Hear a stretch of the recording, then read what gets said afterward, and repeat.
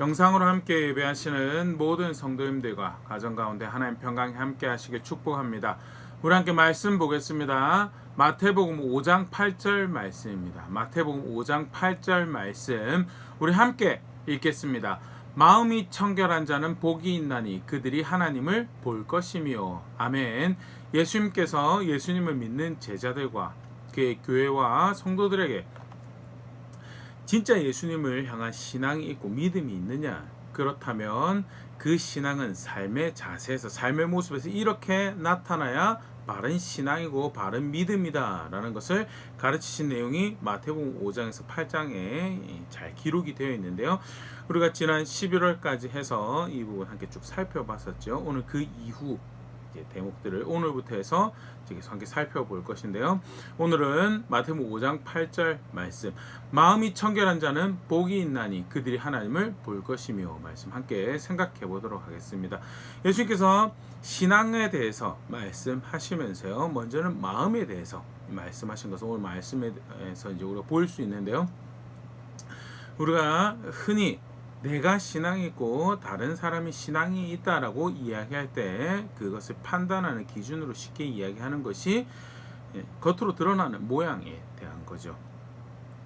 교회를 얼마나 정기적으로 출석하고 있고, 얼마나 정기적으로 예배에 참석하고 있으며, 얼마나 정기적으로 모임에 참석하고 있고, 얼마나 정기적으로 성경 공부를 하고 있고, 얼마나 정기적으로 헌금을 하고 있고, 물질적인 헌신뿐만 아니라 얼마나 정기적으로 시간을 들여서 또 육신으로 헌신하고 있는가, 이런 정도를 보고 너 신앙이 있구나, 또는 내가 신앙이 있다라고 이야기하는 기준으로 이야기를 하게 됩니다.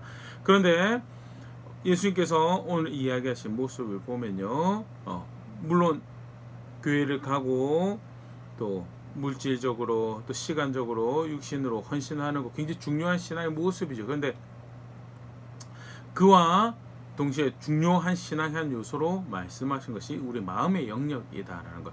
심지어 어떤 말씀 같은 경우는요, 신앙의 출발점이 마음인 것으로 이렇게 가르치기도 하는데요. 간단하게 우리가 보면요, 먼저 신명기 6장 5절, 너는 마음을 다하고 뜻을 다하고 힘을 다하여 너의 하나님 여호와를 사랑하라. 그래서 신명기 6장 4절에서 넌 한 분 하나님이시다, 다른 어떤 신이 없고 유일한 그분만이 너의 하나님이시다라고 이야기하는데, 그를 사랑하고 그를 섬기라라고 하는 대목이 그 다음 이어지는 거죠. 6장 5절에 마음을 다하고 뜻을 다하고 힘을 다하여 너의 하나님 여호와를 사랑하라는, 먼저 마음을 다하고 뜻을 다하고 힘을 다하는 이 모습은요, 전인적인 이야기하는 거죠. 나눠서 하나하나 이야기하기보다는요, 사람을 구성하고 있는 대표적인 이 모습들, 마음, 뜻, 힘, 전인적으로 하나님 사랑하고 섬기는 것이 그 하나님 바르게 사랑하는 모습이다라고 이야기하는데요.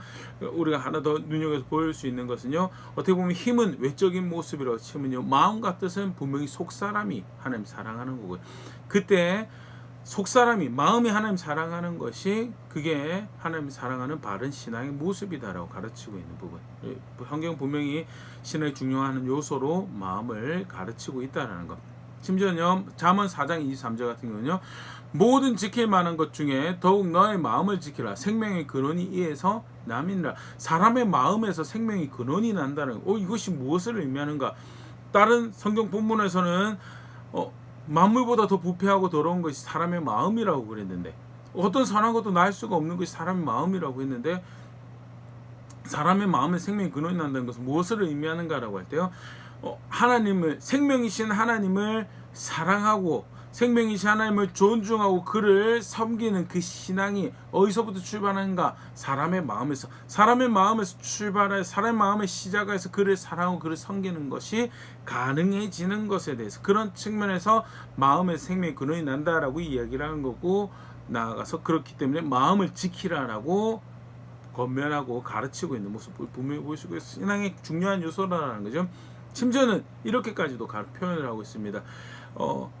구약의 이스라엘 백성에게 언약 백성의 표징으로 가진 중요한 예식 예표가 할례라는 것이 있었죠.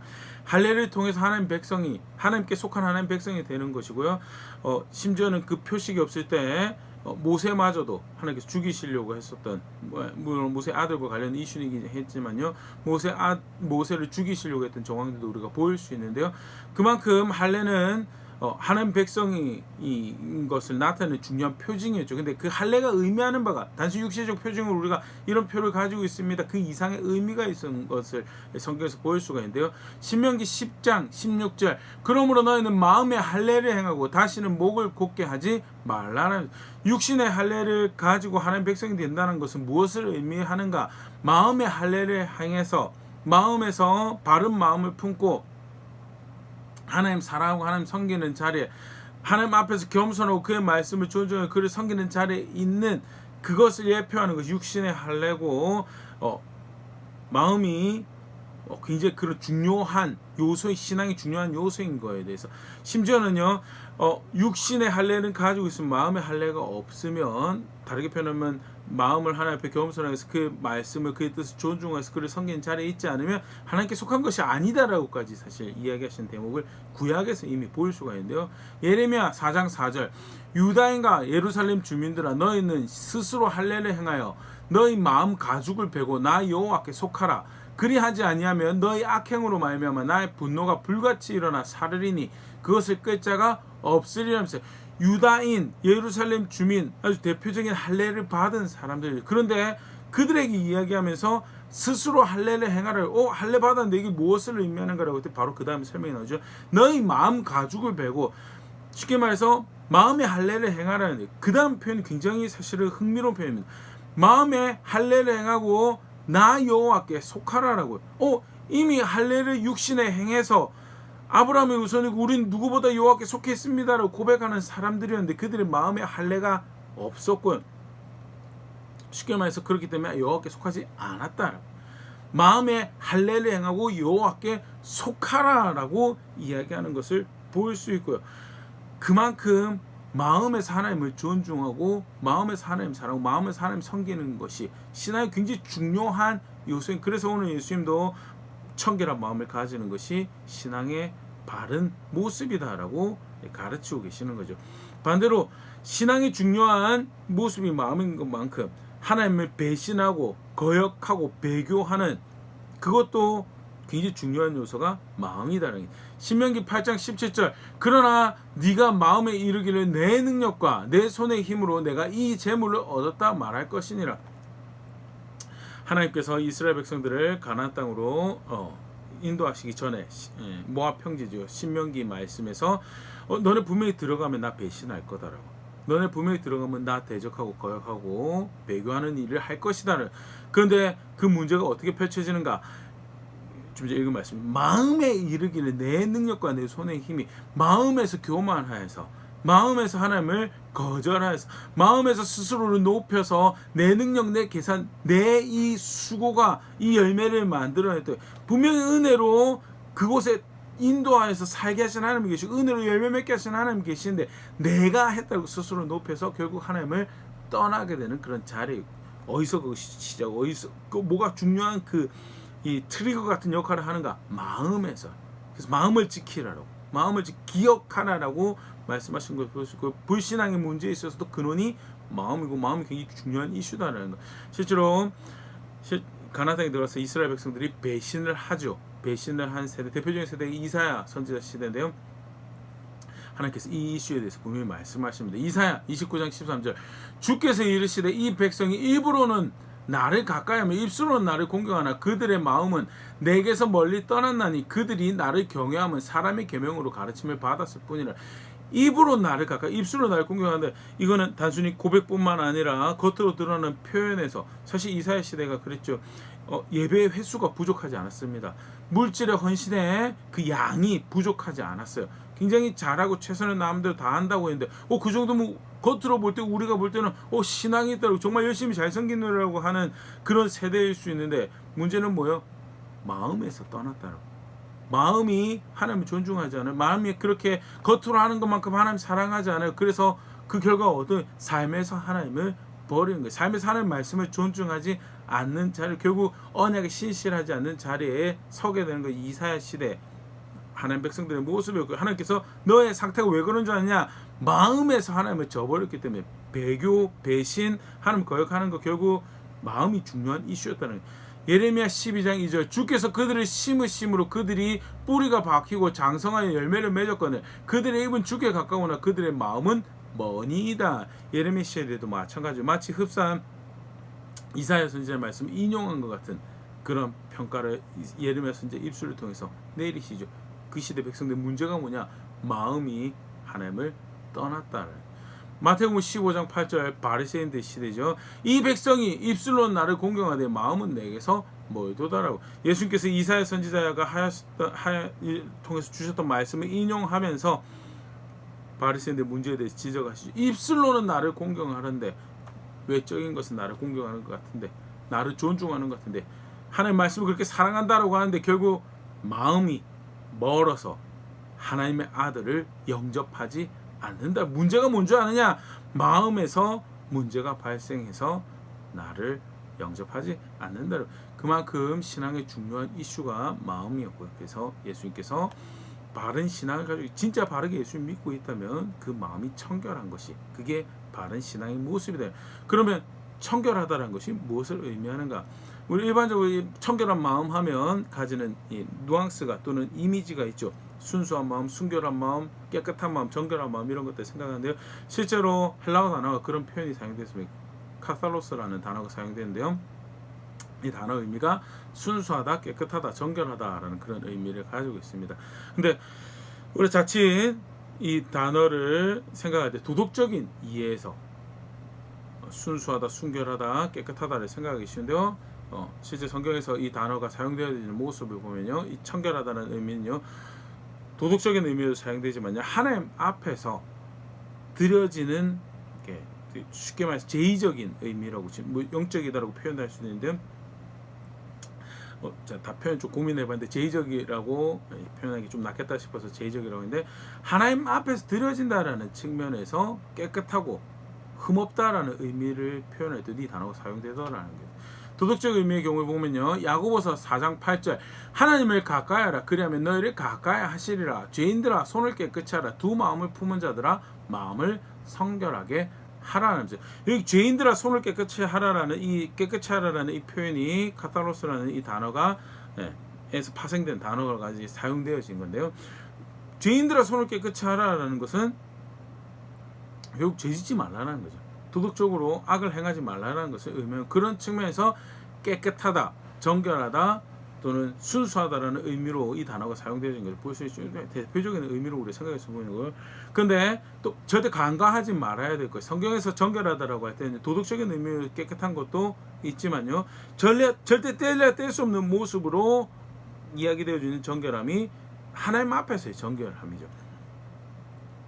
뉘앙스가 조금 차이가 있는데 레위기 24장 4절 말씀 보면요, 그는 여호와 앞에서 순결한 등잔대 위에 등잔들을 항상 정리할지니라. 제사장 업무에 대해서 말씀하시면서요, 순결한 등잔대라고 이야기해요. 여기 순결하다는 것이 이제 헬라어 번역본에 카탈로스라는 단어가 사용되는데요. 그럼 등잔대가 순결하다는 것은 무엇을 의미하는 건가? 죄를 짓지 않은 등잔대인가? 또는 죄에 사용된 재정이 아니고 바르게 일한 재정으로 만들어진 또는 그런 헌물로 만들어진 등잔대를 의미하는 건가? 여러 가지 생각해 볼 수 있는데 여기서 말하는 순결하다는 것은요, 앞서 말한 것처럼 하나님 기준에 합당한, 그래서 흠이 없이 법대로 명령대로 만들어진 등잔대라는 것입니다. 그래서 말씀에 규정하신 대로 아무런 결격 사유가 없는 깨끗한 정결한이라는 의미에서 이 단어가 사용되었고요. 청결한 마음이라는 이 표현에 사실 이 두 가지 뉘앙스를 다 고려를 해야 되죠. 신앙이 사실은 그렇게 가르쳐지고 있습니다. 신앙은요, 하나님께서 가르치신 신앙은 도덕적인 것과 제의적인 것 절대 분리가 안 되죠. 도덕적인 청결함을 말씀하셨던 신앙의 모습을 보면요, 레위기 19장 대표적으로 볼 수 있는데 11절 12절 너희는 도둑질하지 말고 속이지 말며 서로 거짓말하지 말며 너희는 내 이름으로 거짓 맹세함으로 너의 하나님의 이름을 욕되게 하지 말라. 나는 여호와이니라 하면서 도둑질하지 말고 속이지 말고 거짓말하지 말고, 대표적인 도덕적인 이슈들이죠. 신앙을 하나님 백성의 신앙을 고백할 때 이런 도덕적인 기준에 부합한 합당한 삶을 살아가는 것이 그게 하나님 백성의 신앙의 바른 모습인 거에 대해서 특별히 19장 같은 경우 거룩함을 가르치면서 이 거룩함, 이 제의적인 거룩함과 도덕적인 이 청결함이 분리가 되지 않는 개념인 거에 대해서 우리 또 다시 보일 수 있고요. 분명하게 가르치신 것이 이 도덕적 청결이 신앙의 중요한 모습인 거에 대해서 레위기 19장 15절 16절 너희는 재판할 때 불의를 행하지 말며 가난한 자의 편을 들지 말며 세력 있는 자라고 두둔하지 말고 공의로 사람을 재판할지며 너는 너의 백성 중에 돌아다니며 사람을 비방하지 말며 너의 이웃의 피를 흘려 이익을 도모하지 말라 나는 여호와이니라. 판단할 때 가난한 사람이라고 호의를 베푸지 말고 판단할 때 돈 많고 부유하다라고 해서 영향력을 가지고 세력이 있다라고 해서 편들지 말고 공정하게 정의롭게 판단하는 것이 그게 하나님 백성으로서 신앙의 중요한 모습, 도덕적인 이슈죠. 그런데 신앙의 모습으로 가르쳐주고 있는 도덕적 청결함이 신앙 굉장히 중요한 한 모습인 거에 대해서 분명히 가르치고 마찬가지로 사람을 비방하지 않고 이웃의 피를 흘려서 이 자신의 이익을 추구하는 그런 모습들 다 그거 그러면 안 된다라고 그거 신앙이 아니다라고 가르치시는 모습 보일 수 있고요. 더 나아가서 이 저변에 깔려있는 마음의 자세에 대해서 속칭 우리가 오늘 살펴보고 청결한 마음이다라는 거에 대해서 분명한 도덕적인 청결한 자세를 또 청결한 마음 자세를 이렇게 함의하고 있는 것과 더불어서 여러 가지 모습들 생각해 볼 수 있죠.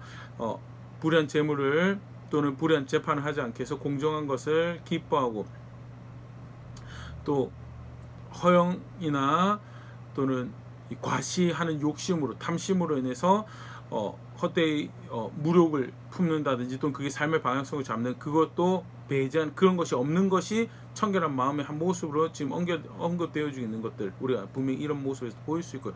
도덕적 청결함이 신앙의 중요한 모습인 것 그래서 여기서 청결한 마음이라는 것도 도덕적인 그런 이해에서 이해할 수 있는 것 우리 충분히 우리가 지금 보고 있는데요. 그런데 그것만 있느냐 그게 절대 아니에요. 우리 반쪽을 사실은 왜냐하면 보통 청결한 마음은 도덕적 이슈에 우리가 쉽게 생각을 합니다. 그래서 순수한 마음 가지고 순결한 마음 가지고 정결한 마음 가지고 그러면 예수님께서 말씀하신 청결한 마음을 다 가지고 있는 그래서 바른 신앙을 가지고 있는 것처럼 생각하고 계신데요. 아까도 얘기했지만 다른 반쪽이 있습니다. 분명한 것은 제의적인 청결함이 있다는 거에 대해서 출애굽기 37장 29절 거룩한 관유와 향품으로 정결한 향을 만들었으니 향을 만드는 법대로 하였더라는 거죠. 여기 아까 그 순결한 등대와 비슷한 표현이죠. 정결한 향, 죄짓지 않은 향인가? 아니죠.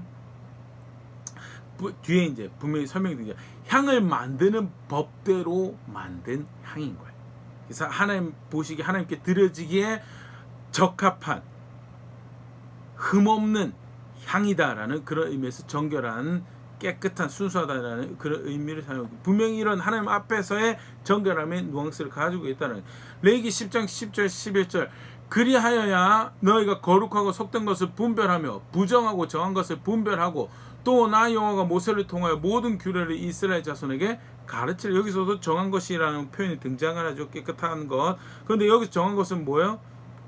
하나님께서 규정하신 것을 따라서 정한 거죠. 도덕적 관념에서의 깨끗하고 정한 것을 이야기하는 게 아니에요. 하나님 말씀하신 규정에 의해서 하나님 앞에서 깨끗하고 하다라는 것이 여기서 말하는 깨끗한 거고요. 제의적인 측면에서 정결하다라는 것이 분명히 성경에서 가르치고 있다. 그래서 청결한 마음 할 때 그런 뉘앙스를 우리가 바르게 이해하고 있어야 되네. 사실은 굉장히 큰 이슈죠. 이 제의적인 이슈는 무엇보다도 우리가 지금 간단하게 살펴봤지만 제의적 이슈의 정결함의 분명한 기준은요. 하나님 말씀에 따라서 결정되는 거예요. 하나님 말씀을 충분히 존중했으면 그 정결하게 여겨지는 것이고요. 흠없다고 여겨지는 거예요. 반대로 하나님 말씀을 충분하게 존중하지 않았으면 그거는 흠이 있는 거고 정결한 것이 되지 않는다라는 그런 측면에서 사실은 이 제의적 정결함이 굉장히 또 특별히 이 제의적 정결함 뉘앙스를 담은 청결한 마음이다라는 것이 의미하는 바가 이제 학자들 쉽게 이야기해서 나누어지지 않는 마음을 이야기를 합니다. 다른 성경에 있는 그대로 표현을 이용하면요 두 마음이 아닌 것 또는 허탄한 데 뜻을 두지 않는 것. 시편 24편 4절 곧 손이 깨끗하며 마음이 청결하며 뜻을 허탄한 데 두지 아니하며 거짓 맹세하지 아니하는 자로다라면서 손이 깨끗하며 마음이 청결하면 오늘 우리가 살펴보고 있는 이 표현이죠. 청결한 마음. 그런데 청결한 마음이 좀 더 부연해 설명하면서 등장하고 있는 게 뭐냐? 뜻을 허탄한 데 두지 않는다.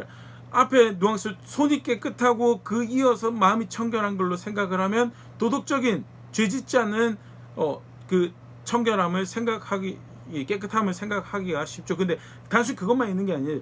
뜻을 허탄한 데 두지 않는 청결함이 있는 뜻을 허탄한 데 두지 않는다라는 것은 쉽게 말해서 하나님 말씀 있고 경제와 관련해서 하나님 말씀의 기준이 있고 세상 돈의 질서가 있어요. 예배 드릴 때는 하나님 말씀 따라서 예배한다라고 하는데 돈을 사용할 때 경제적인 활동을 할 때에서는 돈의 질서를 그 세상의 경제 질서에 따라서 이익을 도모한다라고 하는 거예요. 그러면 다른 기준을 가져요. 하나님 앞에서 분명히 뜻을 품어야 될 것에 대해서 다른 뜻을 품게 되는 욕심을 좀 다른 뜻을 품게 되는 거고요. 여기 뜻을 허탄 둔다는 것은 결국 그걸 의미하는 거죠.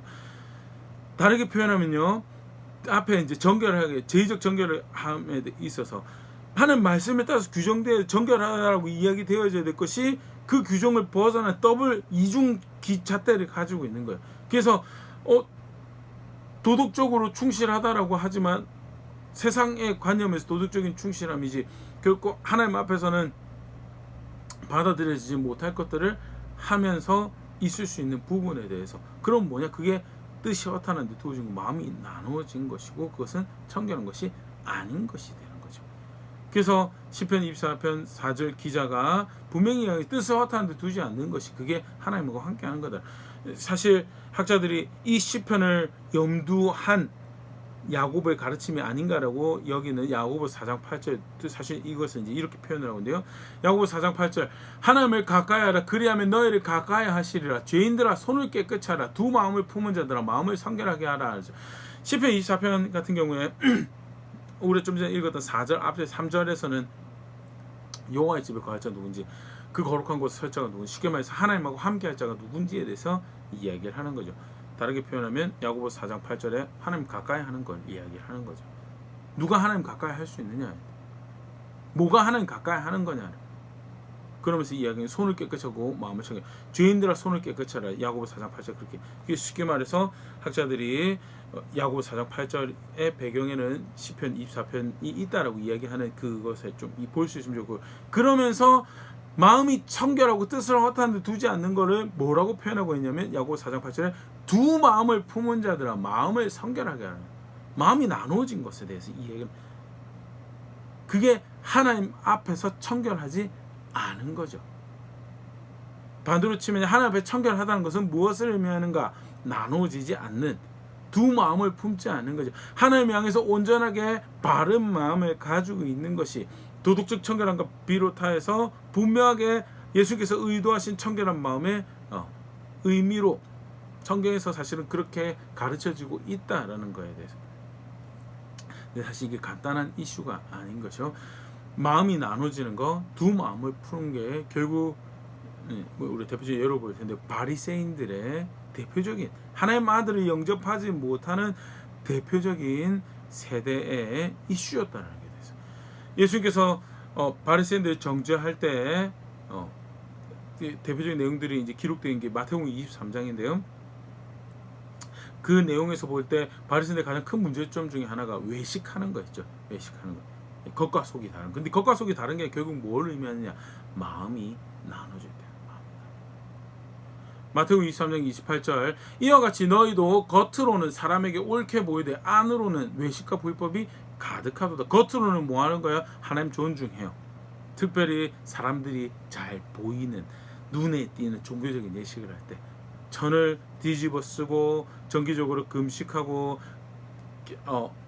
외향적으로 손목에 차야 될 거 이마에 차야 될 거 차면서 그렇게 옷 입고 사람들이 보이는 곳에서 그렇게 하나님 누구보다 하나님 사랑하고 하나님 말씀 존중하고 하나님 위하는 것처럼 하나님 섬기는 것처럼 그렇게 해요.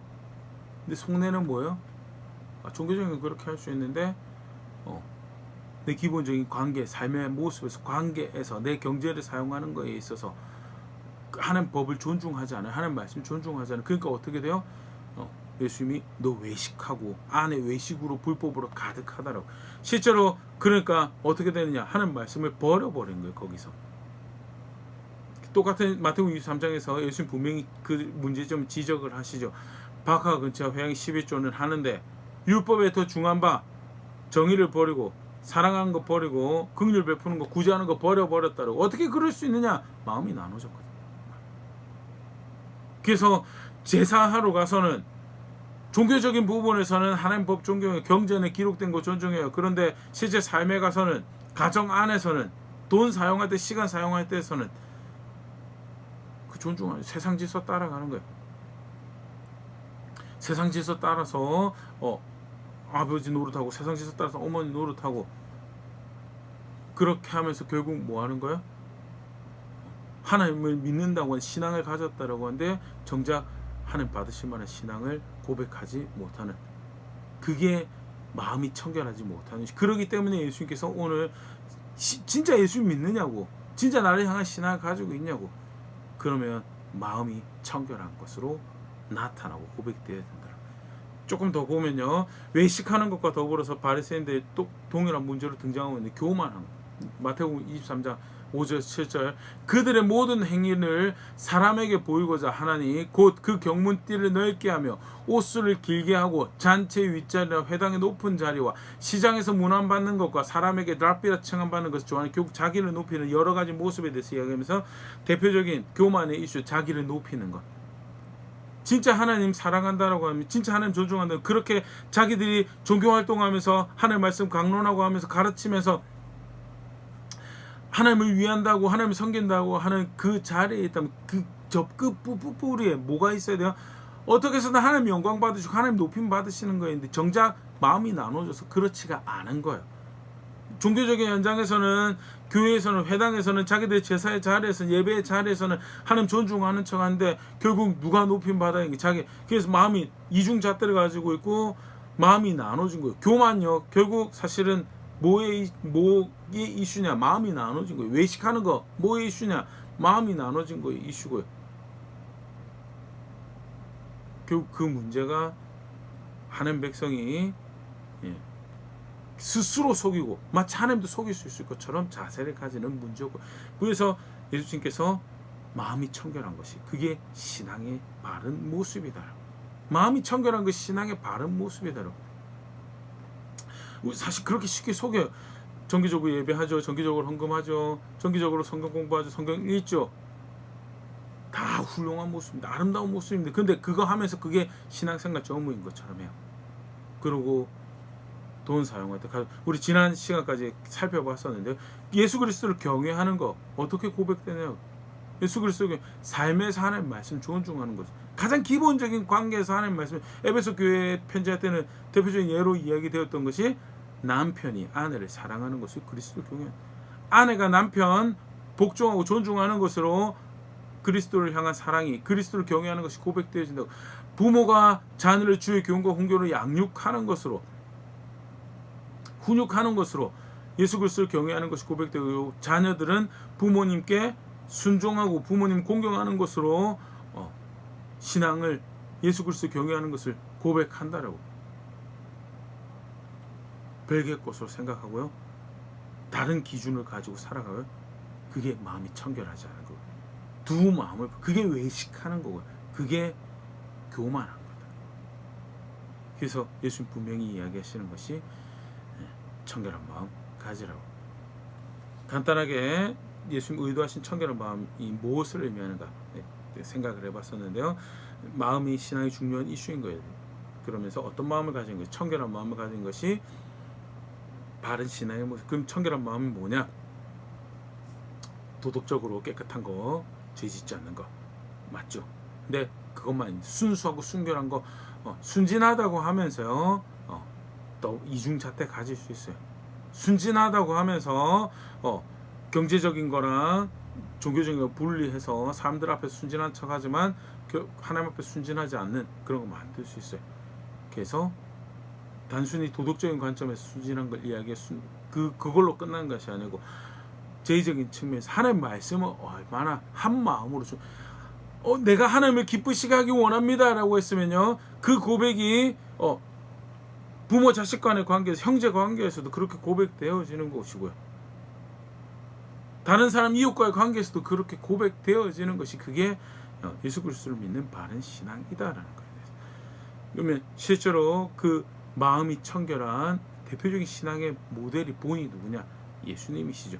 요한계시록 19장 14절, 하늘에 있는 군대들이 희고 깨끗한 세마포옷을 입고 백마를 타고 그를 따르더라 하면서 예수님 재림하실 때 모습인데요, 예수님과 함께 했던 무리들의 모습에서 예수님이 어떤 존재인가에 대한 반영이 등장을 하고 있죠.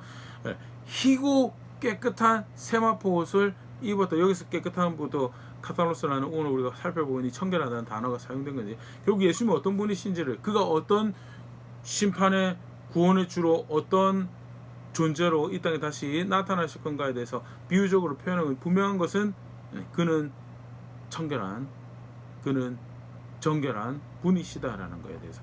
그러면 이 땅에 살 동안 그가 어떻게 그의 청결함을 드러내시는가, 뭐 여러 가지 모습 생각해 볼 수 있는데 세 가지 정도로 간단하게 생각을 해보면요, 그가 얼마나 하나님 앞에서 나눠지지 않는 마음을 가지고 있었던가에 대해서 잘 보일 수 있는 대목이, 전 개인적으로 38년 된 병자 베데스다 연못에서 고치신 사건이죠. 병자를 고친 게 문제가 아니었습니다. 뭐가 문제였냐면 안식일날 38년 된 병자를 고쳤다라는 것이 문제가 되어서요, 벌컥 뒤집어집니다. 더더군다나 예루살렘이었잖아요. 사람들 눈에 다 띄는 그 자리에서 그렇게 하면 문제가 생길 거라는 거 누구보다 잘 알고 계셨던 분이 예수님, 그 문화에서 30년을 사셨던 분이에요. 내가 이 일을 하면 오늘 무슨 일이 벌어질지에 대해서, 어떤 적들을 내가 만들게 될 것인가에 대해서 누구보다 잘 알고 계셨던 예수님, 그래도 했어요. 왜 하셨느냐? 요한복음 5장 17절, 예수께서 그들에게 이르시되 내 아버지께서 이제까지 일하시니 나도 일한다 하시며 내 아버지께서 행하신 일이기 때문에 내가 한다라.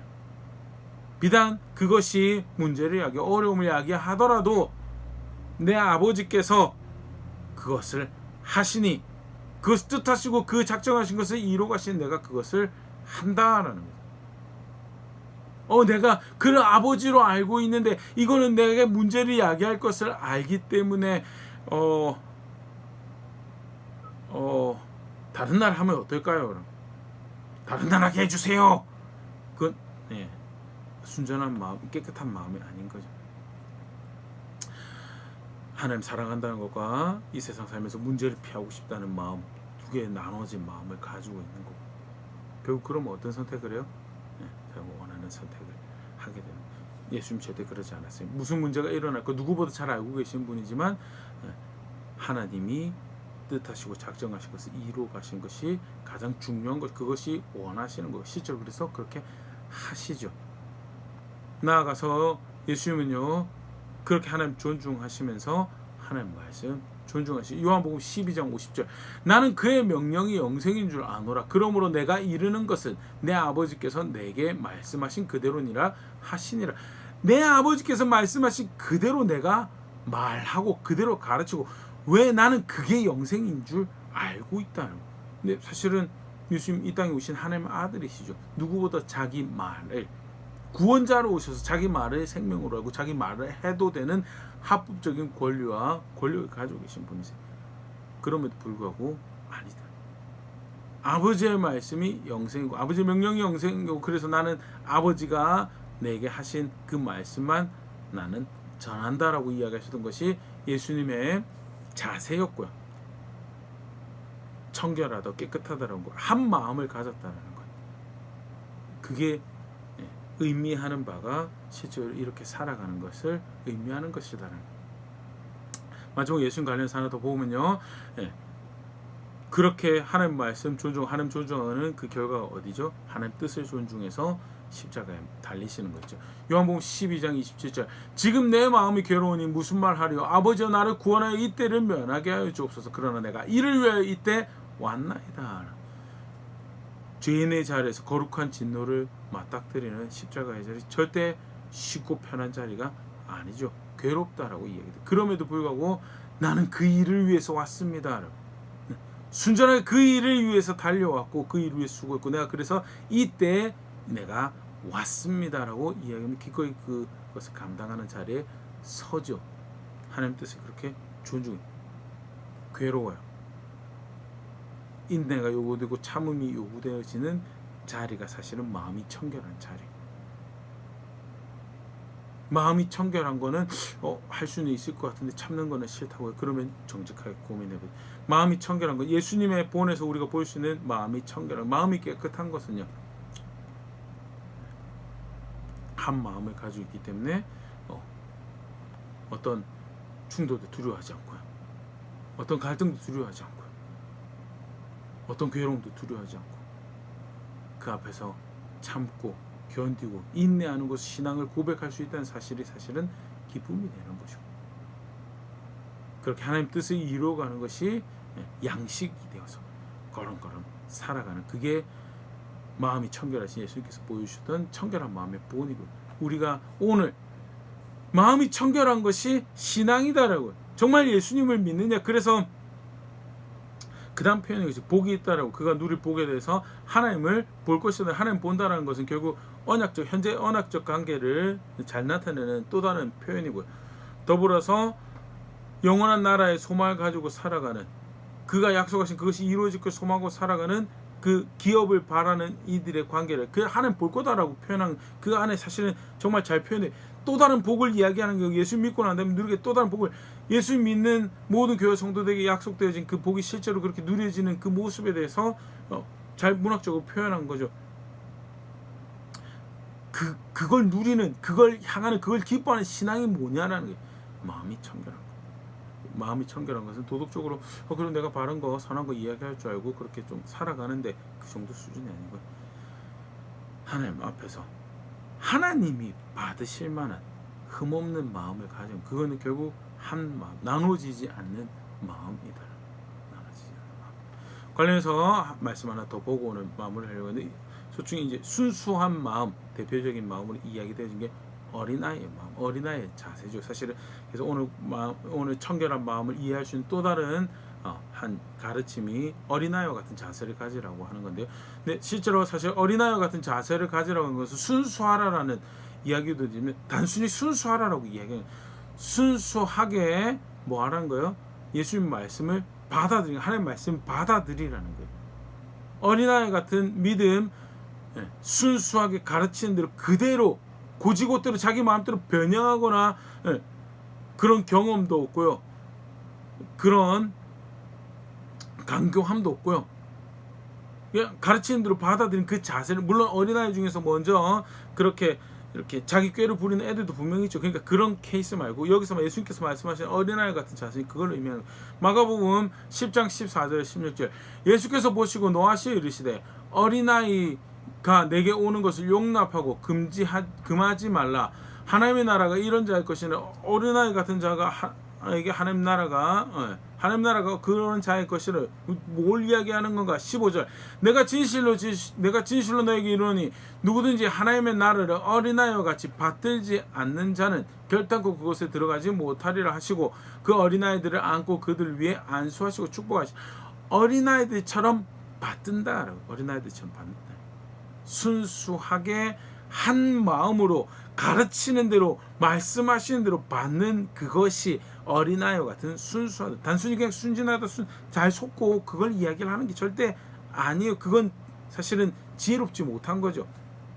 그걸 여기서 말한 청결하다는 것을 거기에 그렇게 이어가면 절대 안 되고요. 여기서 말하는 어린아이 같은 자세는, 순수하다라고 이야기하는 자세는 말씀을 그렇게 받는 거예요. 복음을 그렇게 받는 거예요. 주님을 그렇게 영접하는 거예요. 구원의 하나님을, 나의 언약의 주인을 그렇게 받아들이는 거고, 그래서 그가 말씀하신 것이 실제 내 삶에 일어나야 되는 것으로,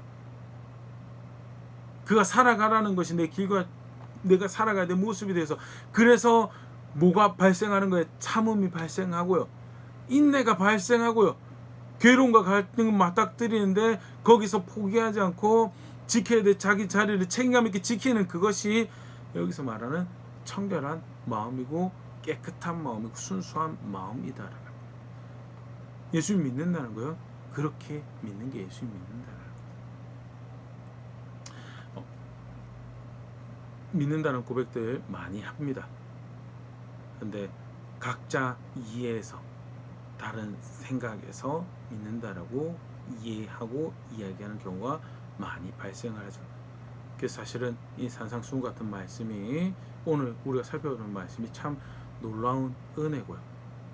귀 기울여야 되는 중요한 말씀이 되는 이유죠. 간단하게 청결한 마음에 대해서 복되다라고 하는 청결한 마음에 대해서 함께 살펴봤는데요.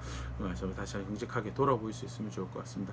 내가 고백하는 신앙은 어떤 고백인가? 나 예수님 믿는다라고 하는데 그 예수님을 보내주신 구원의 하나님은 나의 하나님이라고 고백하는 내가 믿는다라는 것은 뭐 어떻게 고백하고 있는가에 대해서 도덕적으로 청결한 것도 중요합니다. 굉장히 중요합니다.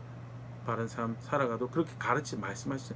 근데 더불어서 우리가 청결하다고 할 때 놓치기 쉬운 하나님 앞에서 받을 만한 마음이 되는 거예요. 하나님이 받을 만한 마음, 그가 흠없다고 하는 마음, 그가 정결하다고 하는 마음, 나눠지지 않는 마음. 세상 기준에, 세상 즐거움에, 세상 행복에, 세상 가치관에, 또는 나를 높이고자 하는 욕심에 절대 귀를 막아야 되고 마음을 닫아버려야 돼. 무서운 모습이죠. 나를 높이고자 하는 건 이미 마음이 나눠져 버렸다는 혹여 그런 모습이 있다면 안타깝지만 오늘 말씀 앞에서 사실은 내가 바른 신앙인가 고민해봐야 되는 모습이다. 그래서 다시 정직하게 돌아볼 수 있으면 좋을 것 같고요. 가르치신 대로 그렇게 고백하면 나의 생명이 주를 압니다. 그토록 나를 위하신 분은 내가 알지 못하고, 그래서 충분히 내 삶을 의지하고 의탁할 만한, 신뢰할 만한 하나님 내가 압니다라는 고백들 만들어가는 그런 제가 될 수 있으면 좋을 것 같고요. 그렇게 함께 자라가는 교회 될 수 있으면 좋을 것 같습니다.